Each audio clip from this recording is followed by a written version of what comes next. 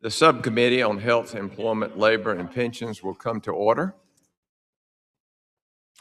Today's hearing will examine pharmacy benefit managers, or PBMs, and the lucrative relationships they have with brokers and advisors who are trusted by employers for group health plan design and administration. PBMs act as third-party intermediaries in a drug supply chain that runs from drug manufacturers through Employment Retirement Security Act of 1974, ERISA plans, to about 90 million patients. In this role, PBMs wield enormous power over pricing, distribution, and whether a drug is accessible through a patient's health plan. Through a complex and often opaque system of rebates, administrative fees, and pricing mechanisms, PBMs are driving up costs, creating huge financial returns for themselves while prescription drug costs rise for the American worker and their employers. In the midst of this complexity, and perhaps because of it, many employers hire consultants or brokers to design their healthcare plans and help choose and monitor a PBM. Some of these brokers and consultants may be steering employers and sponsors to a particular PBM that, in turn, provides consultants and brokers with significant kickbacks, all while the broker or consultant poses as a neutral, trusted advisor to the employer. There's little transparency around PBM pricing and practices, making it difficult to understand the full scope of these financial arrangements. Addressing this lack of transparency is critical to lowering costs. The committee is taking steps to do just that. A key feature of President Trump's great health care plan includes ending deceptive practices that enable PBMs to pay kickbacks to brokers and consultants, which raise drug prices.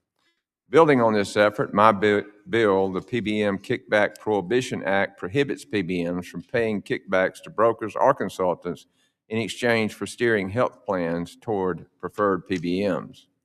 Today, we will hear from witnesses about the reliance on brokers and consultants in designing employer-sponsored health plans. We'll also hear how compensation arrangements tied to PBMs threaten the independence of their advice. Bottom line, Americans are still stuck with skyrocketing health care costs after years of failed Biden-Harris policies. Now the committee and the Trump administration are taking action to bring down costs, restore accountability, and put patients, not special interest, in charge. With that, I'll yield to my friend, our ranking member, Mr. Sonnier, for his opening statement. Thank you, Mr. Chairman. I want to thank all the witnesses for being here. This is something I think we can all agree on. This is inefficiency, where the Americans struggling day to day to be able to pay for their fixed costs, so they've got a little extra money to take their kids on a vacation or just spend some time to go out to eat. PBMs just suck money out of average Americans' workers' pockets. There was a point to them at one point in terms of improving efficiency, but in the most costly healthcare system in the world for a developed country, 18% of GDP, with the worst outcomes, this is a perfect example, Mr. Chairman, of something you and I have talked about often, that Democrats and Republicans should be able to come together on. It's wasteful. Well, let's be efficient and let's save Americans a little extra money so that they can get out of the stress they feel where they've got to worry about gas prices and just paying for lunch for their kids. Here's a perfect example of something that does no good for really anyone to speak of other than the people who make money off of it. So here's a real opportunity for employers and for working people to get a real benefit. PBMs are, as I just said, a huge part of the problem and our inefficiencies. Americans should be embarrassed by this and outraged. Unfortunately, their business practices are notoriously opaque, leaving employers and workers the inability to even get an idea of what they cost. I'm proud to say that we have done good bipartisan work on this committee, in this subcommittee, to get a real start on PBMs and improving transparency and efficiency. My colleague, the gentleman from Connecticut, Mr. Courtney, introduced the bipartisan Hidden Fee Disclosure Act to shed light on fees charged by PBMs and third-party administrators and other service providers. We have also worked in a bipartisan manner to craft legislation requiring detailed disclosures of PBM rebates, fees, and other information to group health plans. I am pleased to see that portions of both bills were included in February's spending legislation. I hope that these reforms, as well as the important rule proposed in January by the Department of Labor, can lead to progress that reduces conflicts of interest and inefficiencies in the PBM model. We can't wait. There's real urgency, in my perspective, to fixing this and getting the fraud in the PBM model. But demanding transparency from PBMs alone will not solve the crisis of skyrocketing drug prices. We cannot get a handle on this issue until we address the elephant in the room, Big Pharma.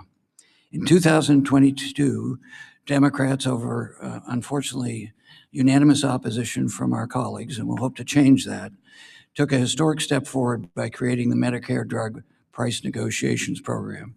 In just the first 2 years of that program, lower prices have already been negotiated for 25 drugs that account for more than $90 billion in spending. It is now time for Congress, in a bipartisan way, in my view, and I'll work every day to work with you, Mr. Chairman, in a bipartisan way to lower cost for Americans with PBMs and negotiate competitive prices for the market to work the way other developed countries have. The EU, Australia, New Zealand, I've talked about my own personal experience with the drug that keeps me alive as a survivor of stage 4 leukemia. Much of the investment in that drug came from taxpayers at the Department of Defense over the last 60 years and in NIH. Really remarkable. I'm alive today because of this research. But Johnson & Johnson, and haven't spoken directly with the CEO of Johnson & Johnson over that, the Oversight Committee, and we brought him to testify. It's fair to get a reasonable rate of return. We encourage that for the private sector. But let's be honest about where much of the primary investment in research came from: American taxpayers and the brilliant people in the Department of Defense and the NIH and DARPA and ARPA. The legislation we've introduced on PBMs goes to the root of the problem, both for PBMs and the other issue about Big Pharma. In this instance, with PBMs in this hearing, targeting middlemen who offer little value to employers or to workers. Thank you, Mr. Chairman. I yield back. I thank the ranking member for yielding and for your cooperation and our working together in collaboration. Thank you so much. Pursuant to Committee Rule 8C, all members who wish to insert written statements into the record may do so by submitting them to the committee clerk electronically in Microsoft Word format by 5 p.m. 14 days after this hearing. And without objection, the hearing record will remain open for 14 days to allow such statements and other extraneous materials noted during the hearing to be submitted for the official hearing record. I will now turn to the introduction of our 4 distinguished witnesses. Our first witness is Mr. James Gelfand, President and CEO of the ERISA Industry Committee in Washington, D.C. Our second witness is Mrs. Chris Deacon, Principal and Founder of VerSan Consulting in Mooresville, New Jersey. Our third witness is Dr. Mariana Sokal, Associate Professor of Public Health Policy and Management at Johns Hopkins Bloomberg School of Public Health in Baltimore, Maryland. Our last witness is Ms. Hannah Anderson, Director of Healthy American Policy and Senior Director of Policy at AFPI in Washington, D.C. We thank the witnesses for being here today, and we look forward to your testimony. Pursuant to committee rules, I would ask that you each limit your oral presentations to a 3-minute summary of your written statement. As committee members have many questions for you, the clock will count down from 3 minutes. Pursuant to Committee Rule 8D and committee practice, however, we will not cut off your testimony until you reach the 5-minute mark. I would also like to remind the witnesses to be aware of your responsibility to provide accurate information to this subcommittee. I will first recognize Mr. Gelfand for your testimony. Thank you, Mr. Chairman, Ranking Member DeSagne, and members of the subcommittee for the opportunity to testify today. I'm James Gelfand, President and CEO of the ERISA Industry Committee, or ERIC, the only national association that exclusively represents large employers regarding health, retirement, and compensation policies. Our Fortune 100 member companies employ people in every state and are the backbone of the employer-sponsored insurance system that provides health benefits to over 160 million American workers and their families. ERIC member companies provide coverage through self-insured health benefit plans. So when an employee fills a prescription, goes to the doctor, goes to the emergency room, it's not the insurance company paying the bill, it's the employer and the employee. On average, ERIC's member companies pay about 80% of healthcare costs for their employees and families. Providing affordable access to healthcare is a responsibility employers take seriously, and ERIC's member companies are committed to pursuing value for employees, selecting the very best vendors, the best plan design, and the lowest fees to maximize the benefits for our plan enrollees. And one way that employers seek to be responsible managers of benefit plans is by relying on advice and counsel from outside experts, such as brokers and consultants. Employers retain these experts to help advise on plan design, to construct requests for proposals, to choose vendors such as third-party administrators and PBMs, and to oversee the conduct and performance of those vendors through audits, evaluations, and ongoing comparisons with market research and other metrics. Unfortunately, we have been made aware of a troubling practice wherein some, not all, but some brokers, consultants, and advisors who are supposed to advise employer plans are actually paid what appear to be kickbacks from the very vendors they are supposed to be sorting through and fairly evaluating. These arrangements create clear conflicts of interest and undermine employers' ability to make informed, cost-effective decisions for our beneficiaries. The kickbacks, in the form of fees, commissions, overrides, and even per-prescription cost add-ons, drive costs higher and have the potential to prioritize revenue over value in the vendor selection process. This conflict of interest should be addressed so that employers can fully trust the advice and counsel they receive in administering employee benefits. We appreciate Congress's investment in PBM transparency and the administration's recent regulatory action.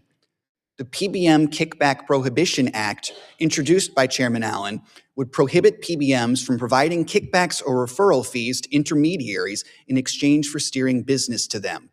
We believe that this legislation would restore trust, accountability, and integrity to the process and lead to more affordable health care for working families. We look forward to working with you to advance targeted reforms like this that lower costs and align incentives so that health benefits serve patients and workers, not middlemen. Thank you. I welcome any questions. I thank the gentleman for yielding. Now I recognize Mrs. Deacon for your testimony. Thank you, Chairman, Ranking Member, and members of the subcommittee. I've run one of the largest commercial health plans in the country, written and negotiated PBM contracts, run procurements, and am familiar with the financial arrangements and conflicts that drive this system. I am here to tell you plainly that the current kickback pay-to-play model is failing employees, employers, and taxpayers. One of the primary functions of broker consultants is to assist the group health plan in procuring PBM services. Unbeknownst to employers, payment to the consultant is often a precondition of even bidding on PBM contracts. It is not uncommon to see question 1 of an RFP. Do you agree to pay big box broker $50,000 annually over the life of the contract? Employers never even get to see potential bidders that have agreed not to pay or pay to play. Not only are these conditions not disclosed to employers, they are often told that these questionnaires and bidding documents are proprietary, confidential, and cannot be shared with the client. Beyond procurement, there are ongoing payments between PBMs and consultants related to the group health plan's business. In one example I share in my written testimony, CVS Caremark agreed to pay Gallagher $2.50 per retail prescription and $7 per mail and specialty prescription filled by the group health plan members. This dynamic does not reward reducing cost, nor does it reward reducing utilization. It rewards increased volume and handsomely rewards increased volume filled through those channels that generate the highest profits for PBMs and their affiliates. This dynamic rewards the status quo, and it acts to dissuade consultants from engaging in procurements or oversight that may be financially disruptive to legacy PBM arrangements. I do want to be very clear, not every consultant operates this way. Those that are truly independent, those that compete on transparent pricing and aligned incentives, will not be disadvantaged by this legislation. They will benefit from it, and more importantly, their clients will benefit. The same is true for PBMs. Those that are willing to compete based on pricing and their product, not on their ability to support these types of financial arrangements, will win. The PBM Kickback Prohibition Act addresses a specific and important problem. Employers are fiduciaries under ERISA, and they are expected to act in the best interest of the plan and plan participants. But today, they're making decisions involving hundreds of millions, billions of dollars without clear visibility into how incentives are structured and without the power or leverage to change them. This bill is a necessary first step towards correcting that. Thank you, and I welcome any questions. I thank the gentlelady for yielding. Next, I recognize Professor Sokal for your testimony. Thank you so much, Chairman, Ranking Member, and members of the subcommittee. It's a great honor to be speaking with you today. I'm Mariana Sokal, an associate professor at the Johns Hopkins Bloomberg School of Public Health. My research focuses on improving access and affordability of prescription drugs, and I'm speaking today on my own behalf. My views do not reflect the views of Johns Hopkins University. For several years, I've been working with large employer organizations, such as the ERISA Industry Committee and the Purchaser Business School Group on Health. I have witnessed firsthand how the high cost of prescription drugs weighs heavily on American employers. Over half of all Americans obtain coverage, including for drugs, through their employer. 3 out of 4 employers report persistent growth in costs in recent years, and the high price of prescription drugs has driven much of this increase. The problem is that many Americans cannot afford the drugs they need, even if they have insurance, because of high prices. Commercial plans and self-insured employers typically hire a pharmacy benefit manager, a PBM, to manage their drug benefit. The PBM helps determine the drugs that the plan will cover and negotiate prices with drug manufacturers. Therefore, the PBM plays a central role in determining plans' pharmacy spending, the therapeutic options available to patients, and the out-of-pocket costs. Today, the 3 large PBMs that collectively control 80% of the U.S. market are vertically integrated with some plans, pharmacies, and providers. In this market that is characterized by the lack of transparent information, plans that are not integrated must select a PBM and often turn to brokers and consultants for help with that. However, these consultants often get paid by the PBMs that ultimately get selected. This can create a conflict of interest, incentivizing some consultants to prefer the PBM that pays the most, not necessarily the PBM that provides the best option for the plan. Through initiatives such as the PBM Kickback Prohibition Act, Congress should prohibit such payments to avoid this conflict of interest. Now, while this and other recent reforms have brought greater transparency onto PBMs, and employers may have more visibility into what they're paying, the laws do not address the high drug prices in this market, and this is an important gap. The current PBM business model incentivizes the use of big rebates, to which drug manufacturers have responded by raising list prices. Patients pay based on these high prices when they're paying cash, when they're in the deductible phase, or when they must pay a percentage of the drug cost to get their drug. The Medicare program received a series of reforms to directly address high drug prices through the passage of the Inflation Reduction Act, the IRA. Starting in 2022-23, Medicare beneficiaries began receiving IRA protections, out-of-pocket caps, inflation rebates, and the first drug selected for drug price negotiation. Employers, however, received none of these protections, and they had their prescription drug costs grow by 8.4% in that period. Through initiatives such as H.R. 6166, Congress should consider extending these protections to the over 160 million Americans that obtain health coverage through their employers. Expanding Medicare negotiated prices to the commercial market would allow commercial insurers and self-insured employers to access transparent negotiated prices that in 2026 were up to 79% lower than the list price. This can reduce the contribution of rebates in coverage decisions, increase transparency, and lower overall costs, including for beneficiaries. Extending inflation rebates to commercial markets would also help mitigate the increasing trend of drug companies raising prices to maximize rebates when negotiating with a PBM. PBM reform is urgently needed throughout our healthcare system, but in isolation, it is not sufficient to provide the needed relief for employers and patients. Lowering prescription drug prices in the commercial market is imperative. Lower healthcare costs can also contribute to making American workers and companies more competitive in the global market. Thank you so much, and I look forward to answering any questions you may have. I thank the gentlelady for yielding. Lastly, I recognize Mrs. Anderson for your testimony. Good morning, Chairman Allen, Ranking Member DeSaulnier, and members of the subcommittee. Thank you so much for this opportunity to testify on the President's Great Healthcare Plan. My name is Hannah Anderson, and I lead Healthy America Policy at the America First Policy Institute.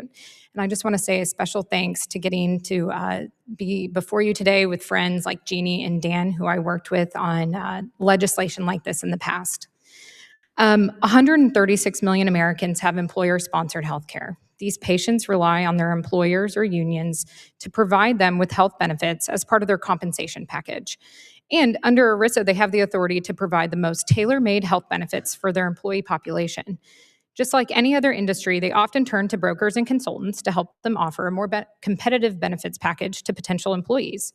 Ideally, these independent consultants are able to stretch the company's dollar further, getting lower costs, greater coverage, and better health for the employee population. However, that's not been the case.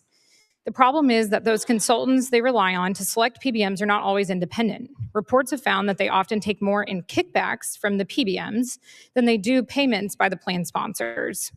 And my fellow witnesses have acknowledged this and kind of discussed this at length, but it's really disappointing because it seems that instead of placing the plan sponsor with the best PBM, it's more about placing the PBM with the plan sponsor who pays the consultant the most. And so this isn't theoretical. It's affecting millions of Americans right now. One example comes to mind. A patient at J&J found out that their insurance was paying $10,000 for a drug that was available for $28 if they only paid cash at the pharmacy counter. In their lawsuit, they claimed that it was because the broker, Aon, steered J&J to Express Scripts, which was paying Aon referral fees. That's so disappointing. And these conflicts don't stop at consulting fees. PBMs have inserted gag clauses that prevent pharmacists from telling patients the cash price of the drug and use rebate aggregators to hide rebate revenue. This has all also hurt the independent and community pharmacy. Thanks to President Trump and this committee, we've made real progress. The 2021 appropriations bill required disclosure of broker and consultant compensation. The appropriations bill of this year extended that to PBM remuneration. And in January 2026, the Department of Labor proposed a PBM disclosure rule pursuant to the President's executive order putting Americans first on drug pricing. These are meaningful steps, but as we've heard, disclosure alone is not enough when the underlying financial perverse incentives still exist. So Chairman Allen's PBM Kickback Prohibition Act takes the next step to codify President Trump's Great Healthcare Plan into law. This legislation would amend ERISA to directly prohibit PBMs from paying referral fees to brokers, consultants, or advisors in exchange for directing employer health plan business to the PBM. It ends the structural incentive, not just requires the disclosure of it. Patients First is not a tagline. It's a legal obligation under ERISA, and the President's Great Healthcare Plan makes that real. Thank you, and I look forward to your questions. I thank the gentlelady for yielding. Under Committee Rule 9, we will now question witnesses under the 5-minute rule. I will recognize myself for 5 minutes. Mr. Gelfand, your testimony states that one way employers seek to responsibly manage costs is by relying on advice from outside experts. Could you discuss whether these relationships between the plan sponsor and health plan fiduciaries on the one hand and brokers and consultants on the other are typically long-standing relationships? Absolutely, Mr. Chairman. Many employers maintain long-standing relationships with their brokers and consultants. They spend years working together to develop and refine benefit plans. They experiment with different vendors and point solutions and evaluate different options to try to maximize value. So these are relationships that often can span many years, and the broker and consultant may have a very deep familiarity with a particular employee benefits plan. Why should a plan sponsor or health plan fiduciary be able to trust their broker or consultant to give recommendations that are in the best interest of the plan? Well, in short, they work for us. So, earlier this year, Congress fixed a terrible conflict of interest with PBMs. The PBMs were supposed to work for the employer and fight for us against Big Pharma to lower drug costs, but it turned out they were actually paid by Big Pharma, right? And they were using us to play both sides and to maximize their revenue. So now we are faced with a very similar conflict of interest, wherein the brokers and consultants that are expected to advise us and be advocates for the employers are instead potentially being paid by the vendors they're supposed to be arguing against and negotiating down. We do think that brokers and consultants provide an incredibly valuable service. They have expertise that employers simply don't have and can't afford to include in their benefits department, but we've got to be able to trust them. We've got to be able to rely on them because we are fiduciaries. Employers have to act in the best interest of employees. We have to do our best to control costs, and we need accurate and unbiased advice if we're going to do that. Thank you. Ms. Deacon, your written testimony states that employers and health plan sponsors rely on brokers and consultants to advise them on which PBM to select and how those contracts are structured. Did you discuss whether these employers and plan sponsors trust the broker to render advice that is in the best interest of plan sponsors' goal of designing a robust but affordable benefit structure? Similar to my colleague, many employers do trust them to counsel on these decisions. And in many cases, they have to. In some cases, the trust is warranted. But this PBM environment is highly technical, and employers don't often have the internal staff or resources to evaluate things like rebate structures and formulary strategies, specialty pharmacy economics.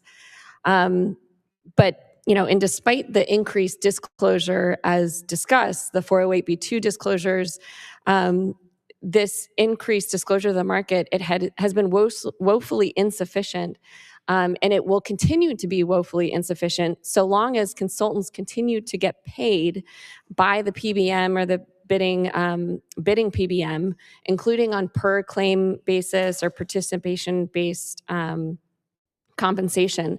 I mean, the conflict between the employer's expectation of getting the best PBM for their plan and independent advice, and the consultants' in economic incentives, on the other hand, are completely at odds.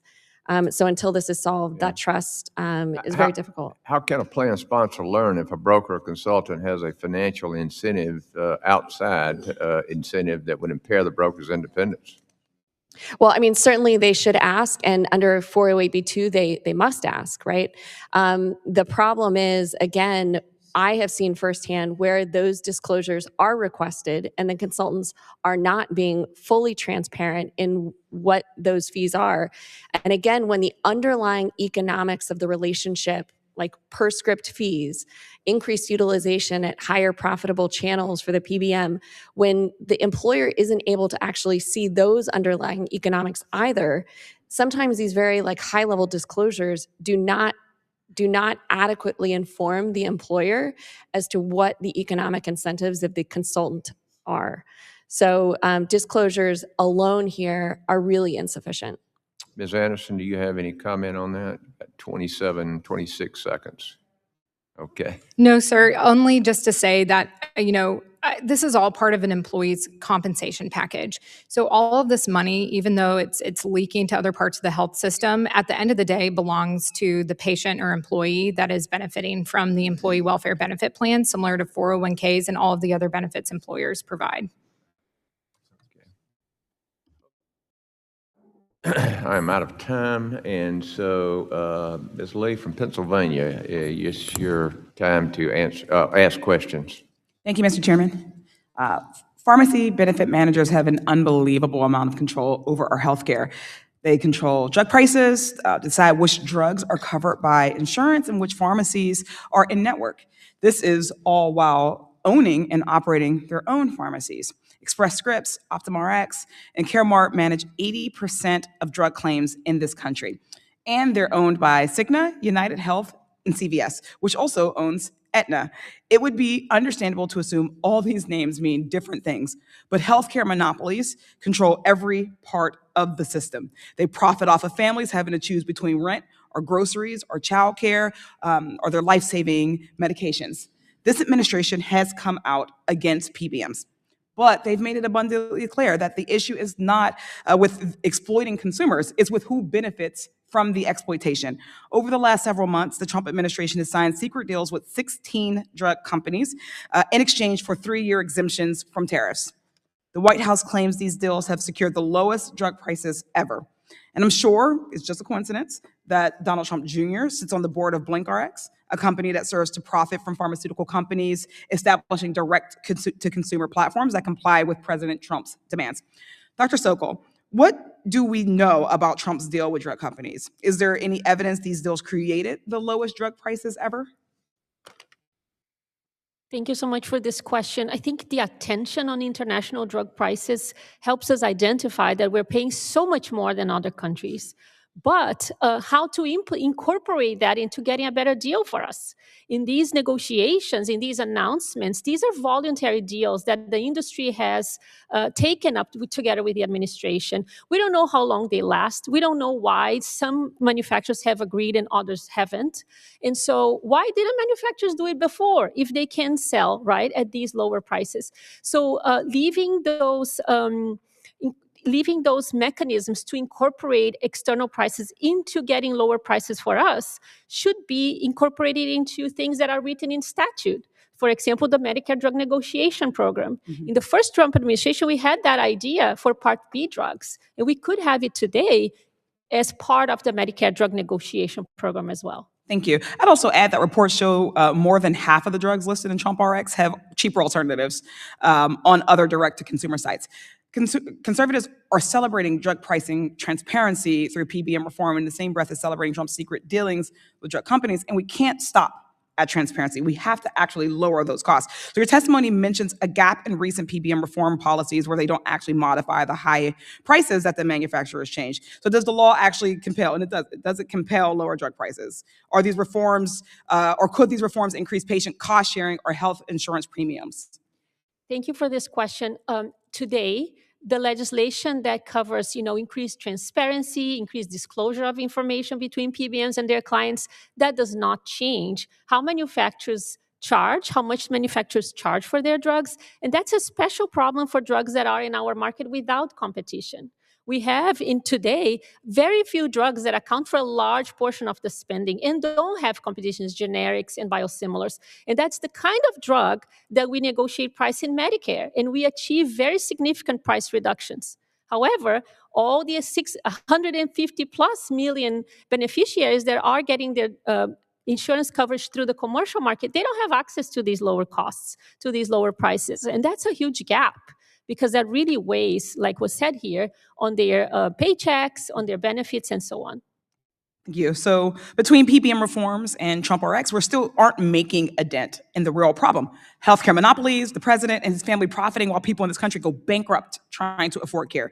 The problems we're seeing with PBMs are a natural byproduct of a failing healthcare system that relies on profits over human lives. It's important that we hold PBMs accountable, but that's only going to address the symptoms of an underlying failing system. We need universal health care so that no American ever has to rely on a GoFundMe for life-saving medications, or so that no one is choosing between feeding their families or paying for insulin. Americans pay 3 to 4 times more for medication than in Canada, the United Kingdom, France, Japan, and Australia.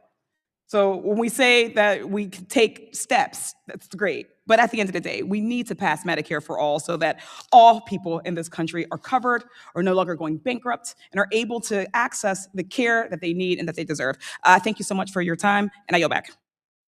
Gentlelady yields, and now I call on our Chairman Wahlberg for his 5 minutes of questioning. Thank you, Mr. Chairman, and thanks to the panel for being here. It's good to see some of you again. We haven't seen for a little while, and appreciate your involvement here today.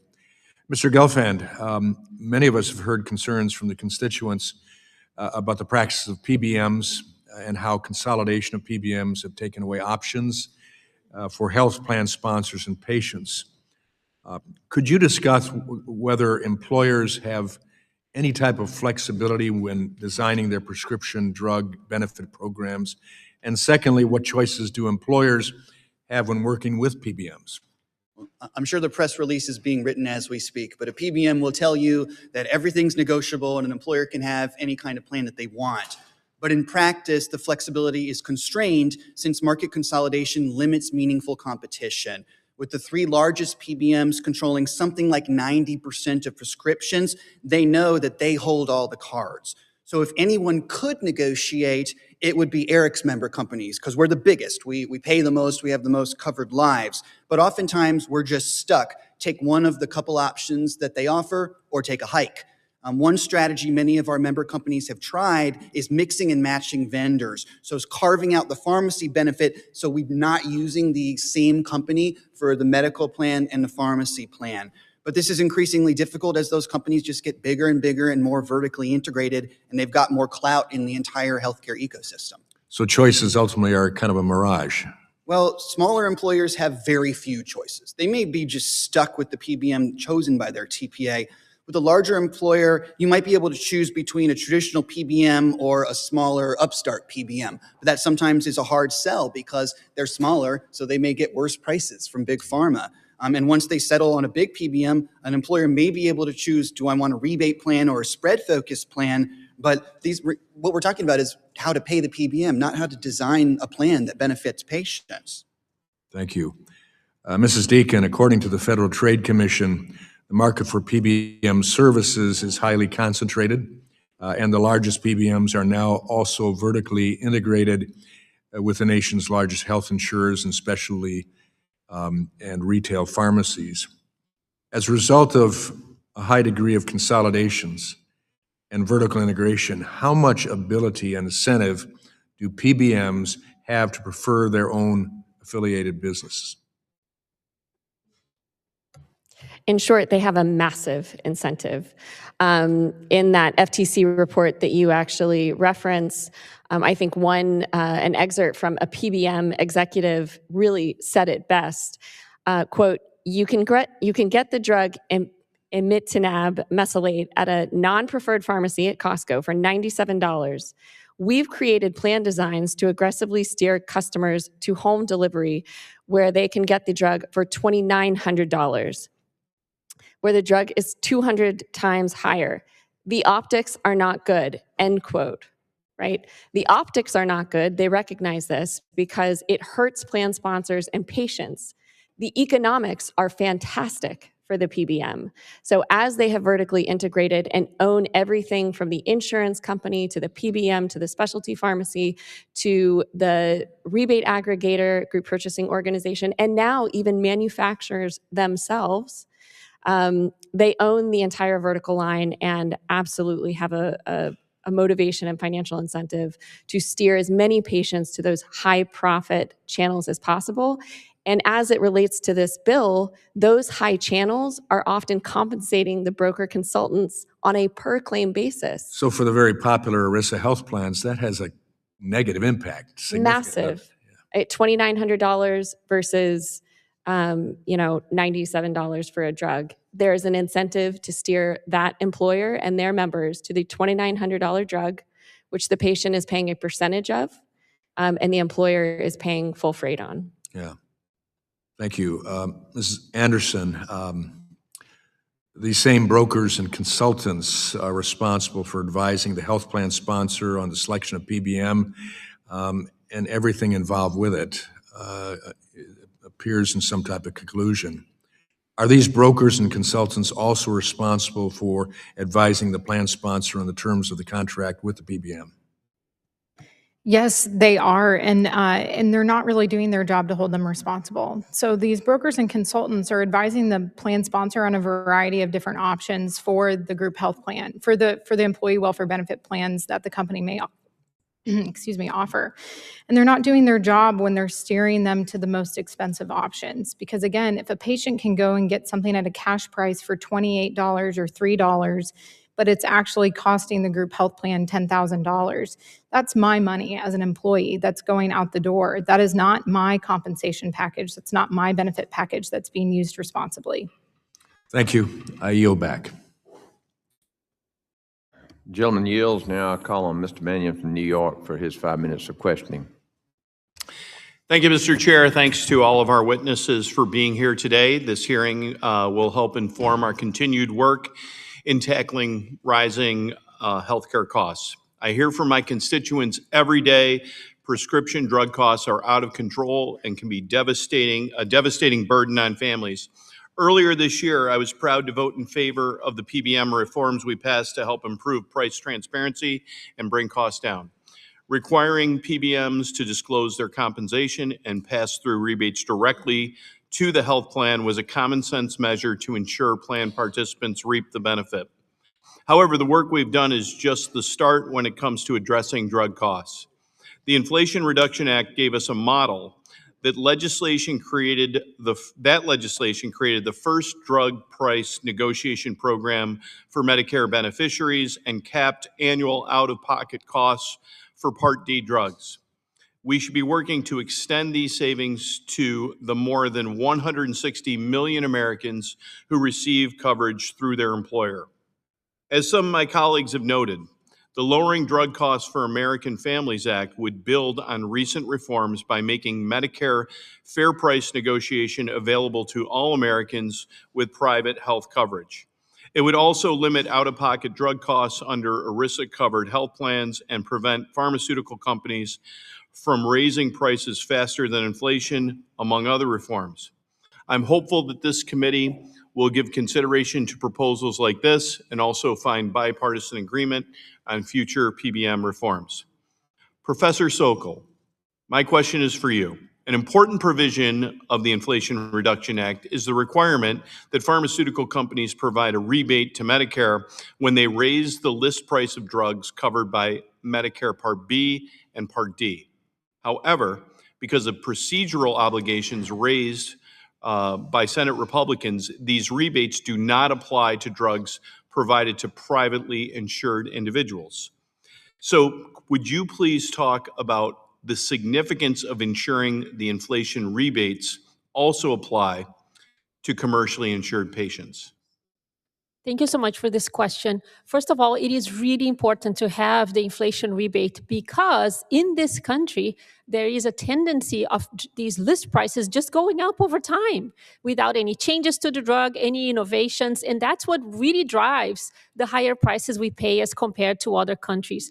Now, it's not only about penalizing manufacturers, it's also about deterring them from raising these prices. So the inflation rebate is today, it's calculated by the difference, what is the actual price versus what the price would have been if it was according to inflation, and it's multiplied by the number of claims in Medicare. Now, Medicare has a lot of beneficiaries, it spends a lot on prescription drugs, but when we compare that to the commercial market that really covers about 50% of prescription drug costs, that's a much heavier penalty, but more importantly, a much heavier deterrent against these raising list prices. And that has a direct implication on patients that are paying over these prices over time. Thank you for that. And how does the Lowering Drug Costs for American Families Act address this issue to ensure that commercial plans would be included when it comes to those negotiations? I think the very first and most important thing is including these claims, right? That's the way that the rebate it's calculated, and that's what determines the weight on manufacturers' pockets, how much rebate they would have to pay. So that's really what would change if I have to pay all of a sudden a much bigger amount. Also, there are some drugs that are more relevant in the commercial space. So today, if they don't have many units in Medicare, these manufacturers are fine with raising prices, right? So that expansion of the units that are accounted for in these two environments would serve as a big deterrent. And some estimates would have savings as well for the commercial market. Yep. Some estimates have up to $31 billion by 2030, both for plans and for beneficiaries in the commercial market. Thank you for that. Thank you, Mr. Chair. Thank you, Professor, and I yield back. Thank you. I'm going to recognize myself for 5 minutes. Our healthcare system is under serious strain, not just because of complex or expensive, but because some have learned how to use that complexity for their own financial gain. This has led to a healthcare system that's being pulled in opposite directions, where patients are told costs are going up, while the middlemen record profits. PBMs are not created to be the villains.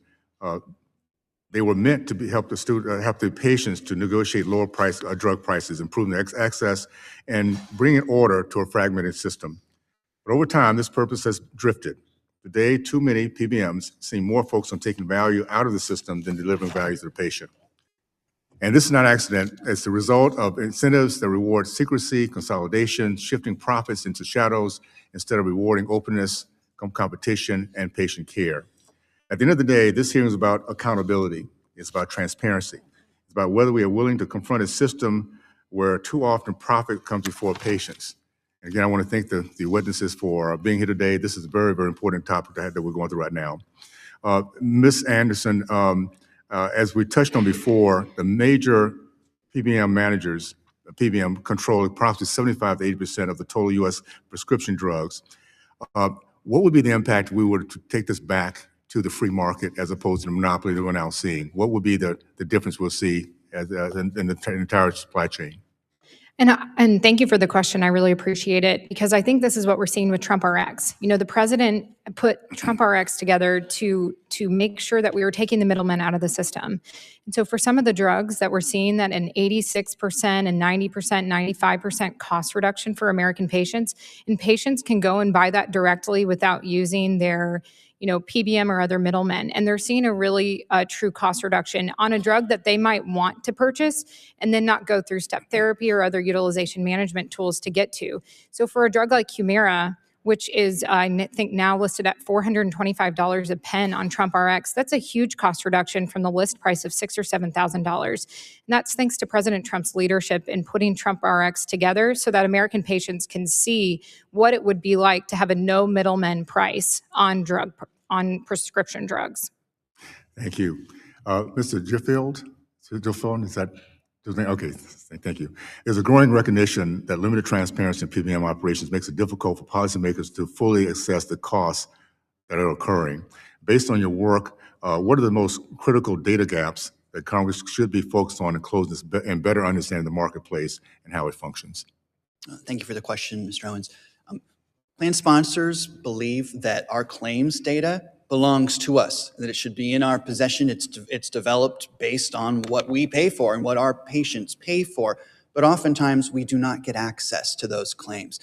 Congress attempted to solve this problem in 2021, passing the Consolidated Appropriations Act that banned so-called gag clauses, wherein a TPA or a PBM would refuse to provide data to the plan that generated that data. However, it hasn't worked. The result has been that the PBMs and TPAs have simply said, we have other reasons for not providing that data. It's proprietary. It belongs to us. Without it, we can't truly know what we're spending on what or where the money is going. I think if we could solve that problem in combination both with the reforms that were passed in February and with the regulation that should soon be coming finalized from the Department of Labor, we will have enough knowledge of the ecosystem that we can really start to make meaningful change. Thank you so much. Ms. Deacon, spread pricing has been identified as a key way PBMs generate profits, often at the expense of both plans and pharmacies. In your experience, how widespread is this practice? You might have addressed this a little earlier. And does it reflect a system that is fundamentally prioritizing margins over the patient's access? Yeah, I believe that these practices are prolific. And absolutely, there are times, again, when the profits and margins are placed above, whether it's a cost or a clinical analysis, whether that be through spread pricing, formulary management and placement, different utilization management techniques. Employers and patients are certainly under the assumption and understanding, or for most of us, that these decisions of what drugs we're given access to and the cost of the drugs are driven by clinical reasons, not because it serves somebody else's bottom line or profits. But these, this continued conduct, it flies in the face of that. And again, to my colleague's point, the more data and access we can have, the more we can begin to understand those and solve those problems. Thank you so much. This again is such an important conversation. It should be bipartisan. We need to stop this monopoly, not trade it off to another government monopoly. Let the free market work. There's no accountability, no loyalty. It's total greed, and we need to. That's not the American way. So I appreciate what you guys are doing. And with that, I'm going to recognize my friend from Georgia, Ms. Macbeth. Thank you, Mr. Chair, and thank you, Ranking Member DeSaulnier. Thank you to our witnesses that are here this morning. I have read your testimonies, but thank you for being here to discuss pharmacy benefit managers, otherwise known as PBMs, and the role that they play in limiting access to life-saving drugs. I don't have any formal questions for you today, but I do want to say I'm really encouraged by the bipartisan progress that Congress has made to curb PBM abuses. I like the language that I'm hearing, the discussion that I'm hearing, but there's still so much more work to be done to regulate PBM's control over the drugs that are or are not covered and the challenges patients must navigate to get the medication that they need. The big three, PBMs, CVS Caremark, Express Scripts, and Optimum RX, administer about 80% of all prescriptions in the United States. This market structure has given PBMs immense power to limit which prescription medications patients can have access to under their health plans. PBMs often employ a practice called step therapy, or what I like to call fail first, which requires patients to first fail a medication preferred by an insurer before they are able to access the treatment that the patient and the doctors have agreed is best suited for them. The problem with step therapy is that real-life people are not one size fits all. PBM policies are guided by business leaders and driven by profit incentives. Their lack of transparency leads to practices like step therapy and other health plan designs that do not always make sense for our patients and ultimately may not achieve the cost savings that PBMs are touting. But what happens to the patients who are forced to start PBM preferred medication that they already know doesn't work for them? What is the human cost for patients who must wait months and months at the expense of their health before they get the coverage for the treatments that they need?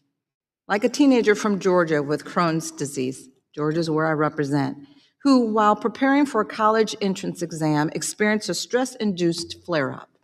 Even though she and her doctor knew that a biologic would be the best source of care and treatment for her, fail first required her to try a steroid first. While waiting to fail, her disease progressed. She lost 50 pounds in a matter of weeks. Her face swelled up, her hair fell out, and she lost complete control of her body. She also lost the chance to enjoy the milestone of her senior year. And instead of celebrating graduation with her friends, she spent the last day of high school isolating at home. That is the cost of sweeping mandates that far too often leave patients behind at the expense of their health and their quality of life. And while we all continue to grapple with the exorbitant cost of health care, we have to find the balance between the policies that keep costs down and still deliver the life-saving medications that our patients need. This session, Congressman Rick Allen and I reintroduced the Safe Step Act, which would provide a clear and timely exceptions process for PBM-mandated fail-first policies. The legislation would require health plans to offer a step therapy exemption process for those who have already tried and failed a PBM-preferred drug, and for whom delayed treatment could cause irreversible health consequences. This is much needed for patients who are being steered to treatments that they know will not work for them. It means less time failing through the wrong medication, less time waiting to feel better and to heal. I am thankful to the Department of Labor's proposed rule that will help shed light on the financial incentives PBMs have to add certain medications to their list of covered drugs and push patients toward one treatment over another. But as we wait to see just how PBMs churn their profits and influence health plans, we can act now, right now, this very minute, to provide much-needed relief for patients who are just patiently waiting for care, waiting for their condition to get worse before they are ever given the opportunity to feel better. I urge my colleagues, all of them, to support this common sense legislation that will better protect patients from the influence of PBMs. And I yield. I now recognize my friend from North Carolina, Dr. Fox. Thank you very much, Mr. Chairman, and I really appreciate our witnesses for being here today. This is a really, really important subject that we've been dealing with for a long time and seriously need to find an answer to. Mrs. Deacon, everybody's described the vertical integration of PBMs, the fact that they control 80% of the market, or three of them do. So how does the market power increase their leverage to enter into the complex and opaque relationships with brokers and consultants? And what are they likely to do as we, pardon the expression, put the screws on them and try to get more visibility into what they're doing? We know that people who get their money this way are not going to give up easily. So what will they be doing to try to maintain their market share? Thank you for the question. And you're absolutely right that this will not be something that they simply lay over and accept. With respect to this bill, I think we know the game plan. We've seen it before. We see it in contracts today where these big PBMs contractually try to reclassify kickbacks to be something else. In fact, in one of the contracts that I highlighted in my written testimony, they in fact state in the contract, for purposes of the anti-kickback statute, this kickback shall not be constituted as a kickback, right? We know that will happen, so I think we have to, when we're tightening those screws, be aware of that and really account for that in how we're describing, and not focus so much on the labels that these entities are labeling themselves and rebates and whatever the thing is they're labeling. We have to look at the underlying economics. What are the economics here? What is this economic relationship? And then legislate or regulate from there. Their vast and growing market share and vertical integration has just led them to be able to call the shots and pay as much as they can, again, in this context, to the broker and consultant community, not all of them, but many of them, to pay to play and to be the only ones that are being able to be considered by employers and employees as possible PBM vendors. It's astonishing to me that we've gotten into this position when even people on the street, so to speak, know PBMs are bad. I mean, I talk to people in my district who've read enough about this to know it. And it's amazing that some of the smartest people running the biggest companies in this country could have let us get into this position to begin with. So I'm thinking we're going to all have to be on our toes. Mr. Gelfand, thank you for the work you've done over the years with the committee. We know that over the years, the National Institutes of Health says pharmaceutical expenditures were over $800 billion in 2025. So we know the FTC is now on top of some of these things. So I think you've talked about this, but say a little bit more about the PBM actions affecting the cost and availability of prescription drugs to ERISA health plan participants, because that's, of course, what we're most concerned about. So PBMs, thank you, by the way, Madam Chairman. PBMs do play a central role in determining both the cost and accessibility of medications because the power to create and manage a drug formulary is the power to grant and deny market share to drugs. I've never seen a better example of this of when biosimilars for Humira came to market. There were a dozen of them and they were way, way cheaper than the branded product, but none of them got any market share. And this was 100% due to decisions that PBMs made about how to structure their formularies. And those decisions they made were based on rebates and GPO fees. They were decisions that were not based on the best interests of patients or based on affordability. Even the largest employers have very limited leverage when it comes to trying to go against what a PBM wants to do in designing a pharmacy network or a formulary. And don't forget, we don't really know what goes on in rebate negotiations. It all happens behind closed doors.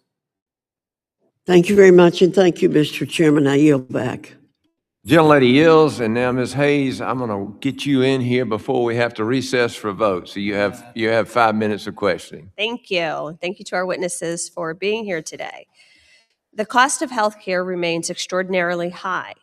In my state of Connecticut, the average employee-sponsored premium has reached almost $27,000 in 2025. Families are making impossible trade-offs, paying for healthcare as they continue to experience rising costs in essentials like gas, groceries, utilities, insurance, and housing. A major driver of those healthcare costs is prescription drugs. PBMs play a role in managing prescription drug programs, serving as intermediaries between insurance providers and pharmaceutical manufacturers to manage drug benefits. PBMs develop the formulary list of drugs covered by plans, negotiate prices, and reimburse pharmacies for drugs. In theory, this should give them significant leverage to lower patient costs. In practice, however, the market structure raises serious concerns about transparency. I supported bipartisan legislation signed into law in February that enacted sweeping PBM reforms in Medicare and employer-sponsored plans. This legislation included increasing transparency and reducing the incentives for PBMs to favor high-priced drugs. But additional reform is needed to address the opaque business practices of PBMs, which are highly concentrated and vertically integrated. The PBM market is dominated by three large companies, as we've heard many times today: CVS Health, Cigna Express Scripts, and United Health Group Optum Rx. That controls more than 80% of the market and own insurance plans, pharmacies, and provider networks. As a result, these companies continue to hold significant influence over which drugs are covered and their prices. Mr. Gelfand, how do vertically integrated arrangements impact the ability of employers to evaluate PBM performance and fulfill their fiduciary responsibilities under ERISA? Thank you for the question. Vertically integrated PBMs, those that are affiliated with insurers and pharmacies, they can exert significant control over the supply chain. So they can design the drug formularies that determine which drugs will be covered. They can use tiering and prior authorization and step therapy to create barriers and steer patients to one drug or to a different drug. They can set reimbursement rates for pharmacies, including their own pharmacies that they own. And remember, all PBMs own specialty pharmacies and mail order pharmacies if they don't also own retail pharmacies. They can create preferred pharmacy networks that can exclude competitors or exclude independent pharmacies. The mergers and acquisitions that keep getting approved, they almost always say that this vertical integration is going to create efficiency. It's going to save money. It's going to be better for patients because of that efficiency. But at this point, I'm not sure we could even find a credible expert who would agree that that's actually what's been happening. Instead, the market consolidation has just been used against plan sponsors and against patients. Thank you. Professor Sokal, in your testimony, you describe how market concentration means there's no real competition across PBM, similar to what we've just heard. According to your research, how does market concentration impact access and drug prices in rural areas like many parts of my district? Really important question, and thank you so much for this question. I should say that all the actions of the PBMs, they do matter when there are choices in the marketplace. When there are Humira and biosimilars, for example, then they can choose across these drugs, and often they choose for the highest cost. And then what we see is patients not being able to afford that. what I think it's even more concerning is the fact that if the patient couldn't afford the drug because of that choice that the PBM made, and they went to the emergency room because they couldn't get the drug they needed, for example, an insulin, it is the plan that is going to pay for that medical visit. And there is no skin in the game for the PBM in terms of accountability for that decision. Now, those decisions about which product to cover, we have identified in self-insured employers how much extra money they add to the employer's spending. In one of the companies that we examined their formularies, it was a 15% change only associated with those choices, the products that were included in the formulary. And it is no surprise that every year, 1 in every 4 Americans say we can't afford our drugs, even though we have insurance, because of those choices. Thank you. It's clear that we need to do more to improve the system. With that, I yield back. The gentlelady yields. A vote has been called in the House. Pursuant to the previous order, the chair declares the committee in recess subject to the call of the chair. We'll plan to reconvene promptly 10 minutes after the last votes have been called in the series.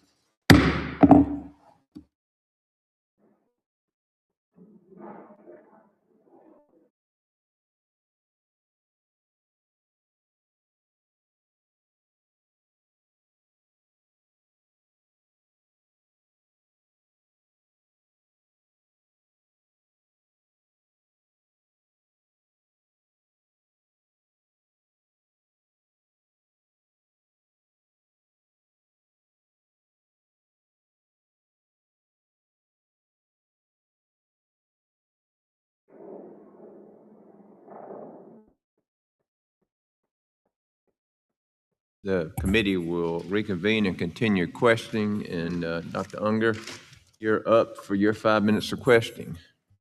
Thank you, Mr. Chairman. And thank you to all the witnesses for being here today. Ms. Deacon, this kickback shall not be considered as a kickback. I guess it depends on what the word is. Well, House Republicans have been working to lower healthcare costs for patients in their employer-sponsored plans, all while reducing unnecessary delays in care. One of these reforms is the Safe Step Act, which is led by our subcommittee chairman, Mr. Allen. Every patient is unique, which is why a physician spends time working through each patient's individual history to decide which treatment will be most effective. But insurances often require patients to try their preferred drugs first before moving on to what the physician initially wanted to prescribe. The intent here, ostensibly, is to prevent physicians from prescribing more expensive drugs when more affordable options are available. In practice, though, the health plans often steer patients to more expensive brand name drugs, even when generic or other options are available. And I believe it was you, Mr. Gelfand, who said, biosimilars for Humira acquired minimal market share despite being dramatically less expensive than named brand Humira. The current system unfortunately isn't designed around controlling costs for patients. It too often is designed to financially benefit everyone except the patient and the employer plan, in other words, to benefit middleman over the payer and over the patient. In the meantime, patients are exposed to preventable complications that require more visits to the doctor, emergency department visits, and even hospitalizations. Now, again, I understand the goal of step therapy if it's genuinely designed with the patient in mind, or even with some cost considerations injected, but that's often not the case. We sometimes see this when a patient has been on the same drug for years, shopped around for plans that cover the drug, only to find out after he or she switches plans that this drug will only be covered if they first fail other drugs. Even the even more concerning scenario is when the doctor knows the patient will experience problems with the insurer preferred drug, but has to recommend that the patient risk it anyway before he or she can access the drug they truly need. Ms. Anderson, can you explain how step therapy protocols are designed and why they sometimes steer patients to expensive name brand drugs rather than alternatives? Absolutely. And step therapy is something that, again, like you had mentioned in your remarks, it's something very benevolent. It's something that you say, okay, you know what, we want to make sure that we are doing cost containment. We're trying to manage costs for the health plans. We're trying to make sure everyone's premiums don't go up too much. But I think what's the challenge is. And I would add, if I could just interrupt Yeah, a of course. second, and as a physician myself, there are Me Too drugs. There are several different statins, there are several different ACE inhibitors, and so on. And I know most of the two classes I mentioned are now all generic, but there was a day when there were let's say 2 or 3 generic statins and 2 and 3 name brand statins. It only makes sense that you prescribe the more cost-effective drug first, because often it works, and that was my experience, certainly as a clinician. But proceed. But and this is the case with many people who have rheumatoid arthritis, ulcerative colitis, Crohn's disease, is the drug that they're being asked to fail first on is not the drug that they have maybe heard and worked for them in the past. Yes. So a patient is going to have their insurance restart at the beginning of the year, and maybe they're going to have to restart for 6 months back on that drug that didn't work for them. And I think that is so heartbreaking for patients who they say, we can control our costs best, actually, more so than the health plan, more so than the PBM, and they can control it best. And, thanks to President Trump's reforms, many of the things between Trump RX and expansion of HSAs, that really gives patients more ability to control their health costs and their quality of care, because they're the ones having to go through all the step therapies. Great. This probably is worth more than the 20 seconds we have. Mr. Gelfand, what should Congress consider doing to improve this situation?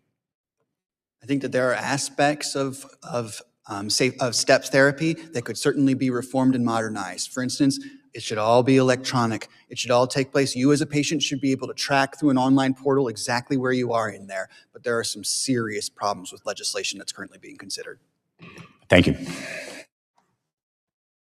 The gentleman yields, and now I'll call on Mr. Courtney from Connecticut for his line of questioning. Great. Thank you, Mr. Allen. Ms. Deacon, you've written extensively on the issue of PBM transparency, both in your testimony and elsewhere, and I appreciate the attention to this complex relationship between PBMs, manufacturers, brokers, and other businesses that can contribute to rising costs of health insurance for employers and patients. One provision of bipartisan legislation that I introduced, the Hidden Fee Disclosure Act, that was included in the COBRA Act in February, amended ERISA to clarify the scope of who is a, quote, covered service provider that must disclose their direct and indirect compensation to plan fiduciaries. Before this change, there was confusion as to whether or not only companies that characterize themselves as brokers and consultants had to provide these disclosures. I think, again, you've written about this topic. So what is the significance of ensuring that a broad range of entities are covered service providers under the ERISA statute? And how will that improve the ability of fiduciaries to have real transparency and get a fair deal? Thank you for that question. And you're right, this was a huge issue. And with covered service providers like third-party administrators and PBMs taking the position that they weren't covered service providers for purposes of disclosure after the CAA 2021. So now, again, employers can actually understand if conflicts exist, who's being paid by whom, if the bidders or procurements being put in front of them are truly disinterested or given, sort of the best advice in their interests. And I think, again, because of the vertical consolidation in the industry, where we have, providers being owned by insurance companies, being owned by pharmaceutical benefit managers, being owned by, specialty pharmacies, they're all vertically integrated. Knowing where those compensation dollars flow across all of those covered service providers is key. You squeeze one end of the balloon, it pops up on the other, right? So if you're not catching all of those covered service providers, you will be missing something. So I think that that's really important. Well, that is a really helpful answer and very clear. So again, we're really excited about the fact that the language was included, and again, really looking forward, hopefully, to DOL to make sure that the word gets out, that these entities really are part of the scope of the law. Dr. Sokol, can you estimate the savings available to plan sponsors as a result of increased transparency for PBMs and other service providers? I mean, even roughly? Thank you for this question. Yes. When PBMs have choices and they add more wasteful, more expensive products into the formulary, that's when they increase costs primarily. And we estimated that if we were to change that formula, in practice, savings would be up to 15% net of all rebates and discounts per member per month. I mean, that's very significant for the self-insured employers that we have examined. And just to sort of put that in context, how does that compare to savings available to plans and employers if we were to incorporate the Inflation Reduction Act price inflation cap in private plans, or to extend negotiated prices to that population? It's an excellent question, primarily because what PBMs cannot do is when the drug has no competition. If we have a drug that has been in the market for a long time and there is no generic, there's no biosimilar, like Ozempic, for example. It has generics in other places in the world, but it doesn't have it here. So what can the PBM do? There's no competition there. And that's exactly the reason why we, number one, need to negotiate the price of these drugs, the top spending drugs that have been in our market without competition for a long time, and expand those negotiated prices to the commercial market. Ozempic was negotiated in Medicare from $900 list price for 30 days to $274 per 30 days. For a patient in a high deductible health plan that has to pay that full price until their deductible is reached, that's a very significant change. And savings from expansion of those inflation rebates, I mean, Ozempic has been in our market for a long time. It didn't start at $900. It just increased over time. So savings from expanding those rebates have been in the estimated as more than $30 billion until 2031 for commercial market. Great. Again, thank you to both of you for your really outstanding answers. With that, I yield back. I thank the gentleman for yielding. Now I call on Mr. Fine from Florida for his line of questioning. Well, thank you, Mr. Chairman. The issue of PBMs is a complicated one. I was the chairman of the Healthcare Committee in Florida for my final 2 years in the Florida House, in which we dealt with PBM reform. And what I learned in my time, I had really no experience in healthcare prior to that. The speaker asked me to do it, and I think in part because he wanted something that I could sink my teeth into and learn a lot about. And what I learned in this is that there were no clean hands, that everyone wanted to blame someone else, but everyone had some responsibility. So I'll have some questions about PBMs, but I would start by noting, I don't know, I'm going to ask one of you at random. I'll ask the professor. PBMs are responsible for negotiating to some degree with the drug manufacturer. I would note, by the way, that the United States of America has the lowest generic drug prices in the world. Obviously, something's working when we have generic drugs. They're the lowest in the world. But when it comes to prescriptions, to non-generics, the ones that are under patent because they've invented, traditionally we've had the highest prices in the world. So, Professor, why is it that in this sort of PBM architecture that we have today, why are PBMs, I guess, so good at negotiating generic prices and so bad at negotiating prescription? The on-patent drugs. Why the bifurcation? Thank you so much for that question. Such a good question. And I love mentioning that number. We always forget that generics are so much cheaper here. We're paying 85% of what other countries pay for the same generics, whereas we're paying 3 times higher prices for the brand. Well, one of the reasons is because PBMs feed on these rebates that are confidential, and they negotiate that only for the branded products. So that is part of the reason why branded prices keep going up, is really to inflate that bubble and create some opportunities for profit for the PBM. So if we pass legislation in line with what President Trump is trying to do with Trump RX, where we had international drug reference pricing, where we said branded, or not branded, under patent drugs, whatever we want to call them, patent protected drugs could not be sold in the United States for any more than they are sold in other countries, a most favored nation. Would that resolve the issue with the PBMs? Because they wouldn't be able to keep pushing the list prices up. Would that solve it? One of the problems is that how do we know that it's cheaper?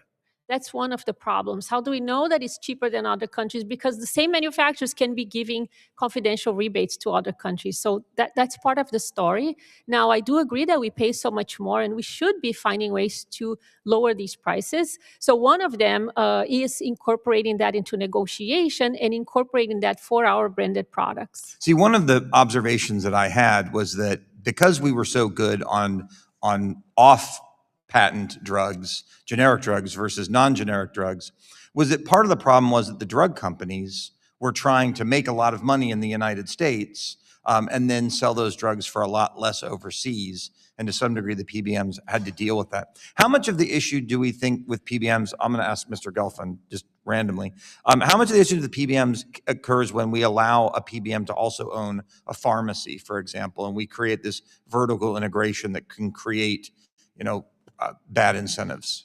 I think there's no question that when you have a vertically integrated healthcare company that owns the means of distribution as well as is deciding what will be distributed and to who, you create opportunities for arbitrage, right? So it's interesting. You look across the different major PBMs and the drugs that they choose to run through their specialty pharmacies as opposed to running through retail pharmacies are different. In fact, there's less than a 50% overlap in what the different PBMs say is a specialty drug. It's not a real definition. It's just what do we want to sell you versus what do we want to let other people sell you.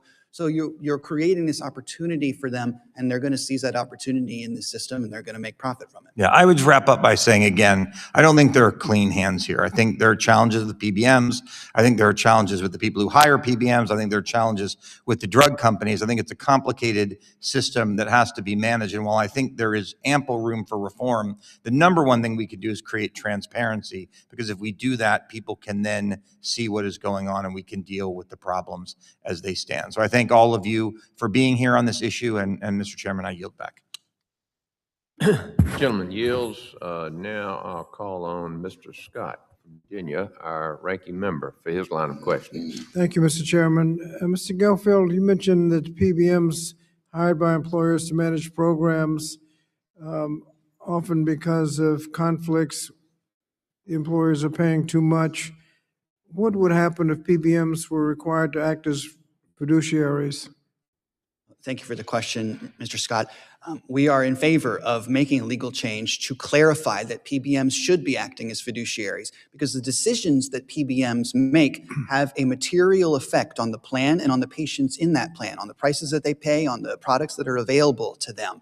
And what would change is that the PBM would then have the exact same requirements that employers have had for 50 years. And when you boil it down, it's two primary requirements. Number one, to act in the best interest of the people on the plan, and number two, to try to control costs for the plan. We don't think that those requirements are overly unreasonable. We've managed to comply for 50 years. It makes sense to have our vendors who are standing in our shoes comply as well. Thank you. And if you prohibit kickbacks, if you did not prohibit kickbacks but just required disclosure of all fees, would the employer actually know whether or not they're getting the best value and be able to compare plans if all he sees is a spreadsheet of fees without knowing how effective the PBM is in actually reducing costs? I think transparency alone would leave two problems. The first problem is non-compliance. And as we mentioned, we've seen non-compliance with the 2021 CAA, in which the brokers and consultants were already supposed to be telling us what fees they were getting and how they were being paid. And the PBMs declared themselves exempt from that, which is why Congress had to issue a clarification in 2026 CAA.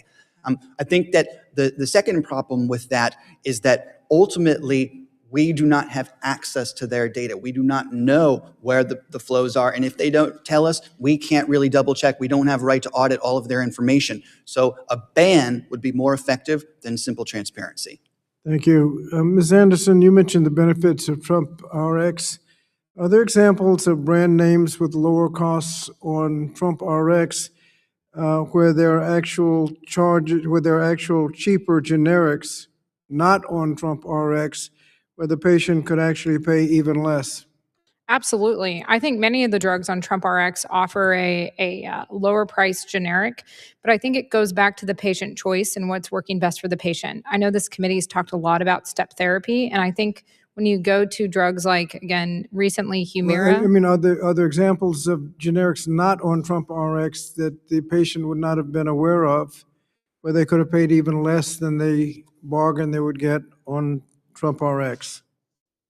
In terms of, no, I don't believe there's any generics on Trump RX at the moment. But okay, so that if it's all brand names, they could have possibly paid even less by going off of Trump RX into a generic. With Trump RX, can you use your insurance to pay for drugs off of Trump RX? No, but you can use your HSA, and you can get on average a 30% discount off the drug using your HSA. But you can't use your insurance. No, sir, but you can use your HSA as part of your insurance benefit. Okay. Professor Sokol, did you want to comment on that? Certainly. I think that we have to keep in mind that patients very rarely just use one drug, right? Most chronic conditions and drugs that people need to take for a long time, they are multi-drug regimens. So for patients who do need drugs that are, some of them may be in Trump RX, we have about 45 drugs in that list, but others aren't. So these individuals with insurance, they have to make an informed choice about, wait, if I use this drug not under insurance, these other drugs under insurance, how soon will I meet my deductible? What is the best deal for me? And I think it gets complex very quickly. And I'm not sure that all patients, even as a provider, I could say as a provider, I would try to do the best for my patient, but I would be very puzzled about mathematically what would be the best deal for them. Thank you. We've said a lot about the fact that prices paid in other countries are less than you pay in the United States. Are these the exact same drugs? They are, but sometimes our insurers are paying less. It's really about the high list price that affects our patients.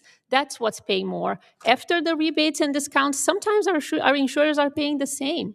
It's just not having these prices transparently available to our population. That's really why some fully insured individuals can still not afford a drug, whereas their plans are paying less, but they have to pay based on the high list price.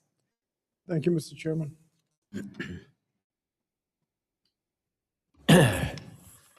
Okay, now we'll recognize Mr. McKenzie from Pennsylvania for his 5 minutes of questioning.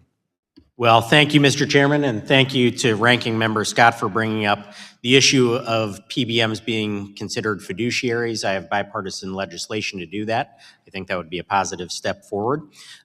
For my questions, I'll start with Mr. Gelfand. PBMs receive compensation from employer-sponsored health plans as well as other sources in the drug industry chain. What types of compensation do PBMs receive, and how does this inflate costs and restrict the availability of drugs to employer plan participants? Thank you. I will try to answer that question quickly because there's a lot of line items there. A PBM will receive compensation, for instance, from an employer who may pay a percentage of rebates, a per member per month fee, administrative fees based on other services like medical management, fees related to integrating the PBM with other vendors, arbitraged amounts the PBM makes off of spread pricing, or fees in the form of so-called rebate credits when the employer finds ways to save money and the PBM then punishes the employer. But the PBM also collects a lot of money from pharma manufacturers. For instance, administrative GPO fees for the pleasure of negotiating with the GPO, formulary placement fees similar to rebates that help the drug get in front of the competition and better placement on the formulary, data fees that are purportedly in exchange for analytics that the PBM and its GPO may require the pharma company to purchase, and in some cases the PBM may require a drug company to sell their drugs at or even below cost to the PBM, so the PBM can then relabel that drug and sell it at a markup at a higher price. I should also mention that pharmacies, a PBM might use an employer's money to pay a pharmacy and then claw back that money and keep it. These are just some examples of the very interesting and creative ways that they get paid. Understood. And so if you can, please submit that to the committee for our review. I think it's important to see that full list of all the different ways that they are being compensated. Next question for you would be, what can Congress do to bring transparency to those forms of direct and indirect compensation?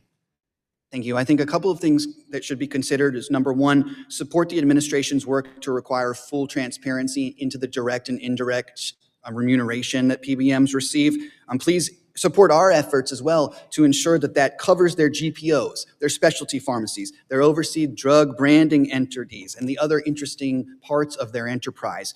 We hope that this committee and Congress will pass your bill, the PBM Fair Act, as well as Congressman Allen's bill, the PBM Kickback and Prohibition Act. Both of these bills would crack down on some of the abuses that are taking place in the system. Importantly, neither of these bills stops these companies from doing their job and doing the right thing for patients. Congress could also go above and beyond addressing these issues, but we would be happy to submit for the record a number of other ideas. Great, thank you. Next, I'll go to Mrs. Deacon. PBMs and drug manufacturers sometimes negotiate prescription drug rebates that are expressly conditioned on limiting access to potentially lower cost generic options. How does this impact the health plan's participants' access to specific drugs and the cost of healthcare? Thank you for the question. It directly reduces access, oftentimes, to lower cost drugs, and it also increases both plan spending and out-of-patient costs. When the PBMs and the brand manufacturers enter into rebate agreements, they often do so expressly conditioned, as you said, on limiting access to lower cost generics, including the exclusion of generics, biosimilars, and other formularies in exchange, again, for higher rebates. As my colleague stated, this is one of the reasons we didn't see a huge, drop when Humira went off patent and biosimilars entered the market. The PBMs immediately stepped in and directed employer plans to their own biosimilar product that they were manufacturing and white labeling. So absolutely, again, I think another colleague highlighted a case where a member in the Johnson & Johnson employee, Ms. Lewandowski, who is in a lawsuit. She could have gotten a drug for close to $20, but she ended up paying her cost share on a drug for $10,000 because that was the drug that was on the formulary, and that decision was driven by rebates. Understood. Well, thank you. I'll close out by just saying that I want to thank all of you for being here. I think PBMs is an important topic for Congress to be considering right now, a space where we can make real reforms, bring down the cost of prescription drugs for all Americans, and also increase potentially the access to these life-saving treatments that are out there and available on the market. So look forward to continuing the conversation and just want to thank all of you again. With that, Mr. Chairman, I yield back. Thanks, gentlemen, for yielding. And now I'll call on Mr. Sonnier, our ranking member, for his line of questioning.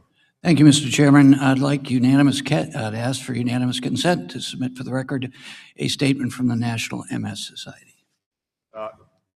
Without objection. Thank you, Mr. Chairman. I'd like to start my comments from the perspective of somebody who didn't have health problems until 10 years ago when I was diagnosed with stage 4 leukemia. I was in a situation where I was told by my oncologist, you're lucky because 15 years ago there was nothing we could do for you. So the treatments that I got primarily came from American taxpayers' investment in the National Cancer Institute, the National Institutes for Health, and DARPA. And then private sector companies came in and distributed those products and made a reasonable profit, but unfortunately some of them came in and took advantage of our laws. And I also a survivor of, I'm not supposed to be here because the ICU doctors 6 years ago at George Washington told my 2 sons when they had to fly across country that I was going to die. And because of Providence and their talent and 4 weeks on a ventilator, I am sitting here. So from that perspective, I am so grateful for much of the American healthcare system, but I am so angry at people who have, Mrs. Deacon, and I want to ask you about this part, is too many people who basically are sociopaths. I mean, my view of PBMs and much of the pharmaceutical industry is we are too nice. We're dealing with organizations that are like the Sopranos, kickbacks. Think of the language we're using here. we have to energize, Mr. Chairman, and realize what we're dealing with. We've been sort of nipping at the edges here, but we're dealing with a culture, and Ms. Deacon, you referred to this in your opening statement, that are solely driven from return on investment, astronomical returns on investment. I think of my drug was one of the 5 drugs in the initial negotiations in the Biden administration. It was about $400 a day when it was put on market by Johnson & Johnson, but in Australia it was $40 a day. In Europe, it was $90 a day. Extended people's lives. People in America, the Wall Street Journal did stories about this. Upper middle income people had to make life and death decisions because they couldn't afford the copay.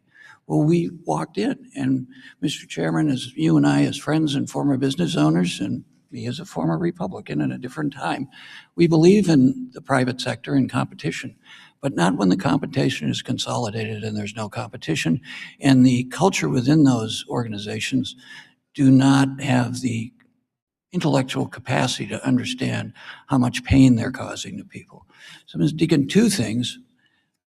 Just if you could comment on that, and it's PBMs, but it's also pharmaceutical companies. Not all of them, to Mr. Gelfand's point. How do we incentivize better behavior? People have to have consequences when they take these approaches, and they compete unfairly against people who actually have a social and moral responsibility.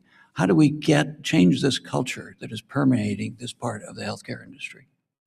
Well, I'll first start by saying that it would be a misconception to think that we have a competitive market. It would be a misconception to think that we have competition or that we even have a market, right? Markets require transparency. They require that we not have information asymmetry.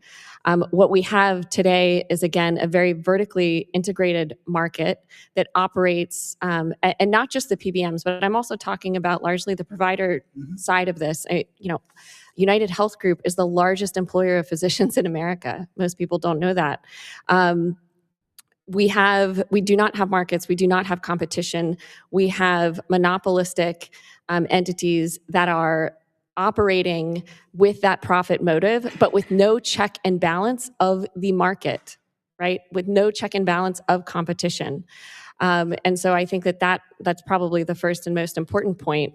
And I think once those forces come into play, and in addition, again, we have to have some check on the greed, right?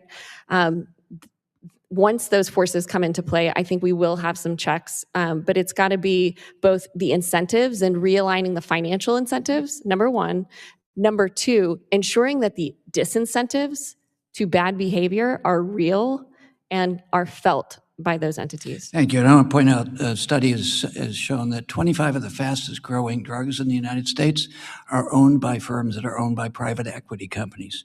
And then lastly, just as an example of that, if you remember Martin Shkreli, who we had in front of the Oversight Committee, where he took over a company and raised the price of a anti-parasitic drug that worked from $13.50 to $750.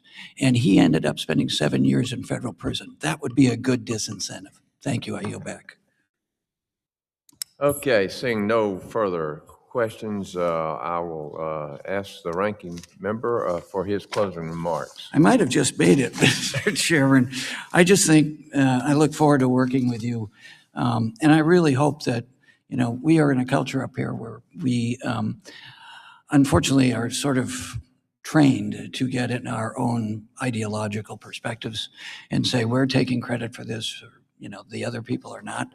This is something for the sake of Americans' lives and the culture in this country. If we could get together, Mr. Chairman, and really forcefully create disincentives for the bad behavior that all of the witnesses have talked about, Republicans and Democrats who believe in an American, what I refer to as a mixed market system where competition is important, but that competition is based on a moral authority that you're going to do the right thing and get a good rate of return. So these folks are taking low risk and making high rates of return, and everyone else pays for it. Mr. Chairman, I would be thrilled to work with you on proposals that not only do legally and politically and structurally that we have in front of us, but also capture the spirit of the urgency that I'm trying to express. This is really a cancer that is metastasized on the American business culture, and we could do something about it. I thank the ranking member. Without objection, I will enter in the record a letter from 52 associations in support of H.R. 7895, my PBM Kickback Prohibition Act, and a letter from the National Association of Manufacturers on reforming PBMs. And I'll do that without objection. Now, thanks to our witnesses for testifying about the brokers and consultants who employers trust to help design their healthcare plans and the opaque financial rewards that PBMs are paying to some of these brokers and consultants. And it is time. We need to immediately do something about this. This committee remains committed to ensuring that American families have access to high quality and affordable health care that works for them. Access to the prescription drugs your doctor recommends is a major part of our health care system. PBMs control the drugs that a group health plan will provide for its participants through a list of covered drugs. Americans work hard to pay their group health plan premiums and the copays and deductibles for their prescriptions. Healthcare costs continue to rise. It's time that we shed a light on the hidden and deceptive practices that impact cost and accessibility of drugs for American workers. Employers who place their trust in experts to help design their group health plans need independent advice to allow them to design cost-effective, high-quality health plans. This committee will continue our work and thank you for your cooperation to stop these deceptive practices and expand access to more choices and better options for families and workers. Again, I would like to thank our witnesses for taking the time to testify before the subcommittee today. Without objection, there being no further business, the committee stands adjourned.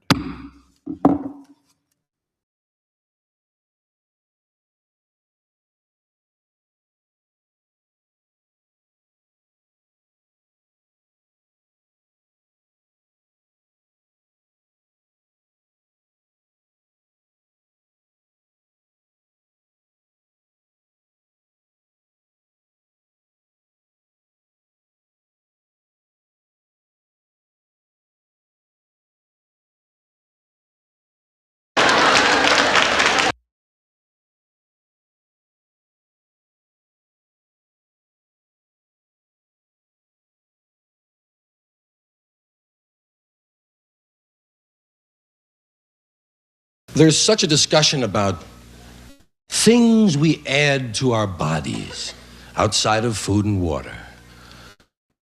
Drugs is the word they use. Drugs. The drug problem, which for most people is, I can't get any. No matter what your thing is.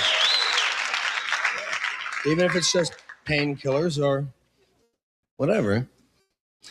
How did all that get started? One of the commissions on drug abuse, and drug abuse is a misleading phrase because some of the times it's like children's zoo. I never know what, are the children in there or what? Children's zoo. Drug abuse, they say, this is National Drug Abuse Month. It sounds like they're going to say, if you're not now abusing drugs, get started real soon. And no one ever includes everything from coffee to aspirins to morphine to alcohol. You know, everybody gets his own separate section he wants to talk about. One of the things the Commission on Drug Abuse was asking was, how did you get started on drugs? I forgot, man. How did you get started, Mr. A? Well, when I was a kid, like if I didn't feel good, you know, if I was sick, my mother would take me to see this man, and she will give him money, and he will give me pills, you know, and I would get better. My mother called it get better. I call it feel good, man.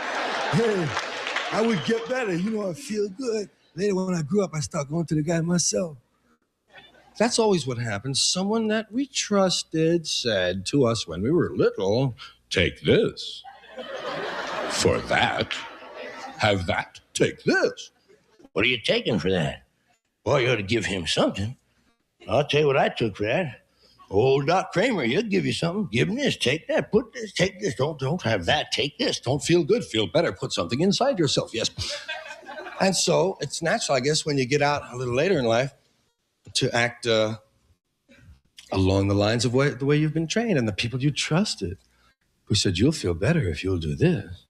Now, that's the only point I want to make about that part of drugs. The other part of drugs is the fact that it's crept through so much of our society. It's not a drug problem anymore. It's just one of the societal at large problems, one of the really huge ones, man.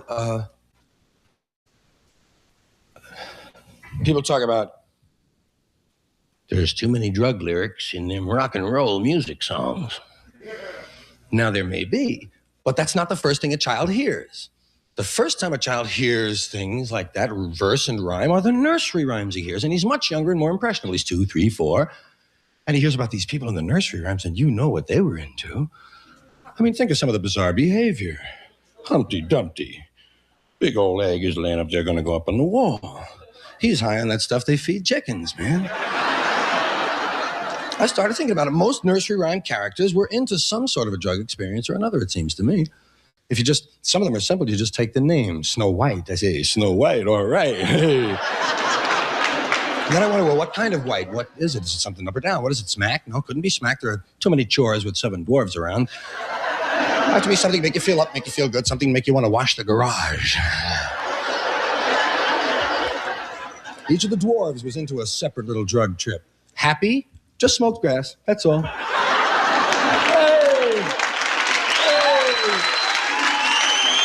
Was happy. Sleepy was into reds. Sneezy was a full-blown coke freak.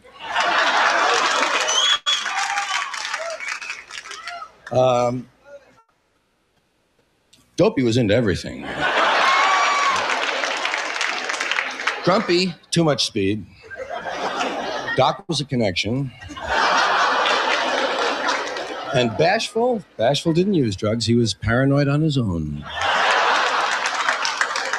He didn't need the big D to catch the big P.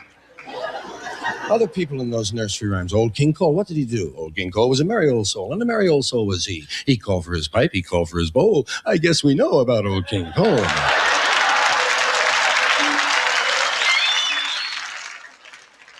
Hansel and Gretel discovered the gingerbread house about 45 minutes after they discovered the mushroom. I see it too.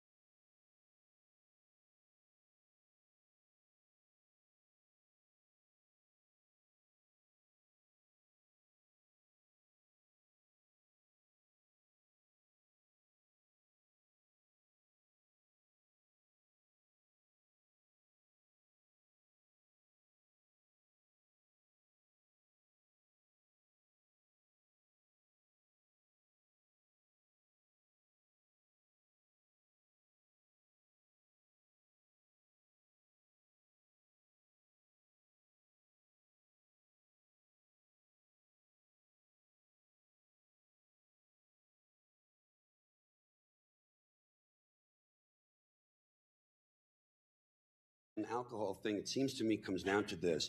Drugs and these things are wonderful. They're wonderful when you try them first. They're not around for all these millennia for no reason. First time, mostly pleasure, very little pain, maybe a hangover.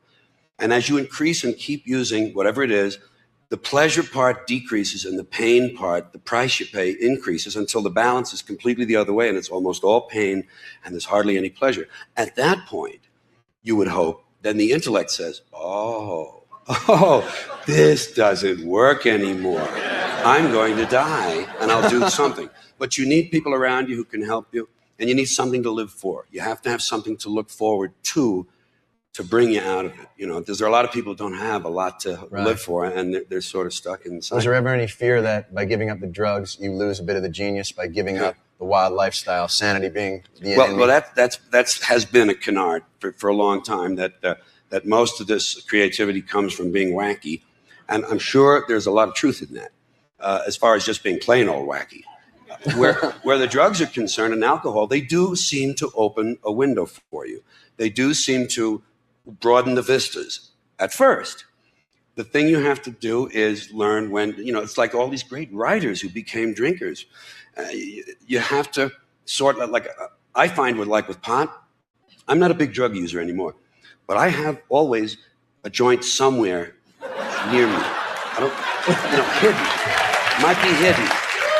Might be hidden. And what I do, and I hardly touch it maybe once a month, that would be frequent for me. But when I'm writing something, and I write perfectly straight, perfectly sober, and I write a whole lot of stuff, 6, 7, 8, 9 pages, and I really pour it out, the next day, one hit is all I need now. One hit, and it's punch-up time. Time to get this thing going. And you do find, with that sort of judicious use, I find there's some value in it. But most of the things we use don't let you leave them alone. They don't. Pot does. Thank goodness for that. Well, that's excellent. What? Sorry. You can applaud if you wish. That's more than fair. You can more than applaud. Yes. Thank you.